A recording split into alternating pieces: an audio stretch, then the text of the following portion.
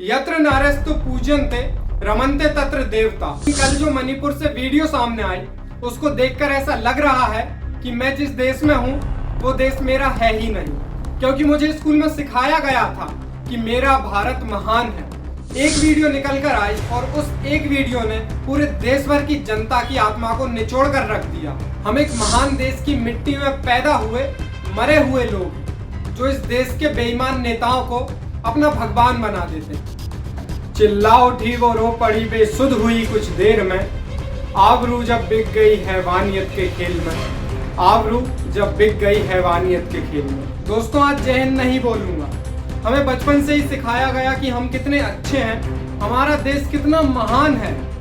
हमें शुरू से ही बताया गया कि देश सोने की चिड़िया है, हमारे देश का किसान बहुत ही समृद्ध है, हमारे देश में नारियों की पूजा की जाती है, हमारे देश में अनेकों ऐसी कथाएं हैं जिनसे भारत को महान बताया जा सकता है, और भी कई सारी बातें जिनसे देश को महान राष्ट्र बताते हैं। लेकिन हमें नहीं बताया गया कि हमारे देश में महिलाओं की स्थिति क्या है, हमें नहीं बताया गया कि हर साल कितने किसान आत्महत्या कर लेते हैं, हमें नहीं बताया गया नौजवानों के आंसू।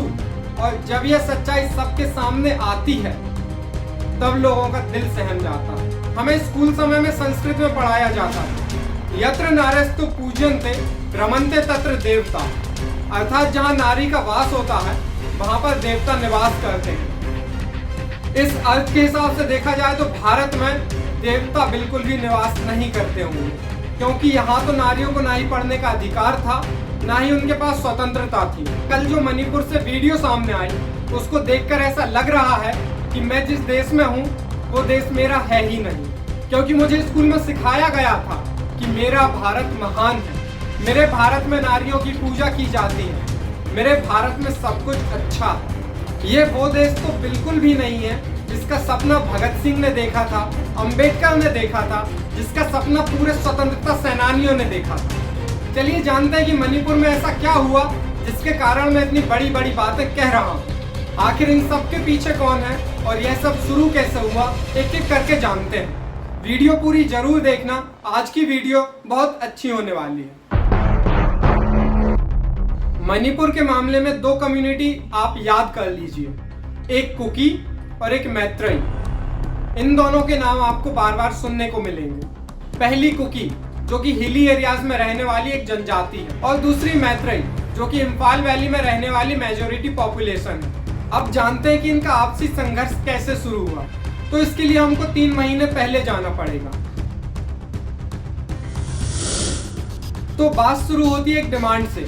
मैतेई कम्युनिटी एक डिमांड उठाती है कि हमको भी एसटी का स्टेटस दिया जाए, और यह मांग इनकी आज नहीं है, काफी समय पुरानी है। यह डिमांड धीरे धीरे हाई कोर्ट तक पहुंचती है, और हाई कोर्ट ने अपनी एक वर्डिक्ट में कहा कि राज्य सरकार इस मांग को लेकर 4 हफ्तों के अंदर महत्वपूर्ण फैसला दे।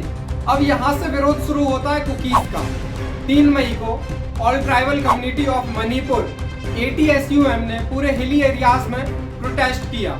इसके विरुद्ध मैतेई कम्युनिटी के विरुद्ध, ताकि उनको एसटी का स्टेटस न मिल पाए। अब यहाँ मैत्रेई कम्युनिटी भी भड़क गई, क्योंकि इतने समय बाद इस टॉपिक पर सरकार के कान खड़े हुए थे, लेकिन कुकीज उनका विरोध कर रहे थे। अब आप सोच रहे होंगे आखिर एसटी का स्टेटस पाकर मैत्रेई कम्युनिटी को मिल क्या जाएगा।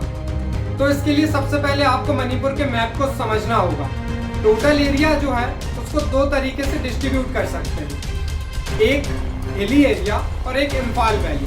इम्फाल वैली पूरे मणिपुर का 10% एरिया कवर करता है, और इस 10% हिस्से में पूरे मणिपुर की 53% जनता निवास करती है। यहाँ मैतेई हिंदू कम्युनिटी, बुद्ध और मुस्लिम निवास करते हैं।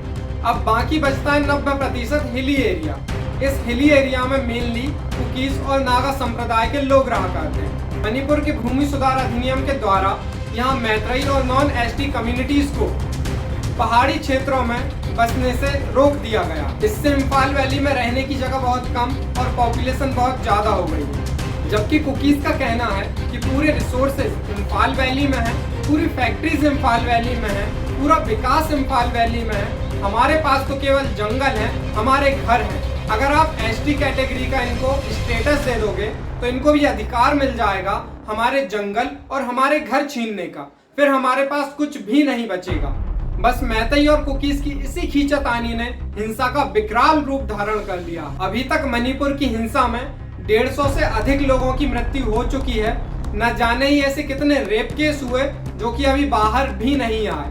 एक वीडियो निकल कर आई और उस एक वीडियो ने पूरे देश भर की जनता की आत्मा को निचोड़ कर रख दिया। पीएम मोदी इस मामले पर ऐसे चुप बैठे हैं जैसे बहरे गूंगे अंधे हों। मोदी जी को ना तो वहाँ का वायलेंस दिखाई दे रहा है, ना वहाँ के लोगों की मदद की गुहार सुनाई दे रही है, ना ही वो इस विषय पर कुछ बोलना चाहते हैं। मणिपुर के chief minister N Biren Singh BJP से ही ताल्लुक रखते हैं। अभी तक वह इस मामले को ना तो सुलझा पाए हैं, ना ही अपनी कुर्सी छोड़ रहे हैं। बीरेन सिंह अपने बयान में कहते हैं कि यह तो एक वीडियो निकल कर आई है जो कि 4 मई की बताई जा रही है, लेकिन ऐसी सैकड़ों वीडियो हैं जो अभी निकल कर नहीं आई है।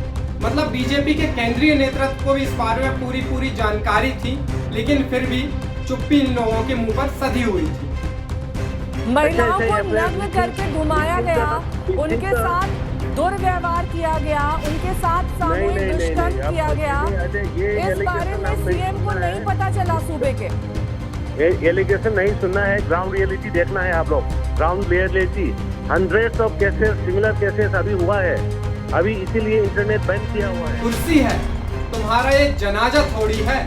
कुछ कर नहीं सकते तो उतर क्यों नहीं जाते? मेरा भारत महान आपने सुना ही होगा, पर कैसे कह दूं मैं इस देश को महान जो अपने बड़बोलेपन में, अपने इतिहास के दम पर अपने आप को महान एवं विश्व गुरु बताने की चेष्टा करता।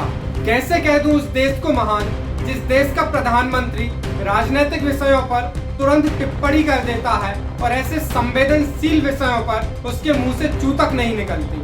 कैसे कह दूं उस देश को महान जहां की मीडिया जहां भर की खबरें दिखाती है। रूस यूक्रेन का युद्ध 2 महीने तक दिखाया जाता है, सीमा सचिन की कहानी हफ्ते भर से दिखाई जा रही है, लेकिन मणिपुर की घटना, मणिपुर का 2 महीने का दर्द पूरी मीडिया को नहीं दिखाई देता। हम एक महान देश की मिट्टी में पैदा हुए मरे हुए लोग जो इस देश के बेईमान नेताओं को अपना भगवान बना देते हैं। हम एक ऐसे घमंड में जी रहे हैं जो कि टूटना बहुत ही जरूरी है। हम ना तो सच देखना चाहते हैं, ना ही सच के लिए लड़ना चाहते हैं, और जो सच के लिए लड़ते हैं उनको देशद्रोही घोषित कर दिया जाता है।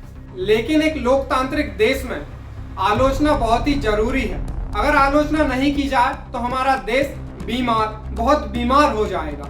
आप समझने की कोशिश कीजिए, सब चंगा सी नहीं है।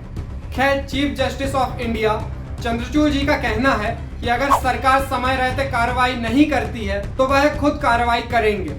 इस पूरे घटनाक्रम के बाद मोदी जी 2 मिनट के लिए प्रेस के सामने आते हैं और बताते हैं कि उनको कितना गुस्सा आ रहा है। आप भी वीडियो देख लीजिए। पीड़ा से भरा हुआ है, क्रोध से भरा हुआ है। मणिपुर की जो घटना सामने आई है, किसी भी सभ्य समाज के लिए यह शर्मसार करने वाली घटना है। पाप करने वाले, गुनाह करने वाले कितने हैं, कौन है, वो अपनी जगह पे है, लेकिन बेइज्जती पूरे देश की हो रही है।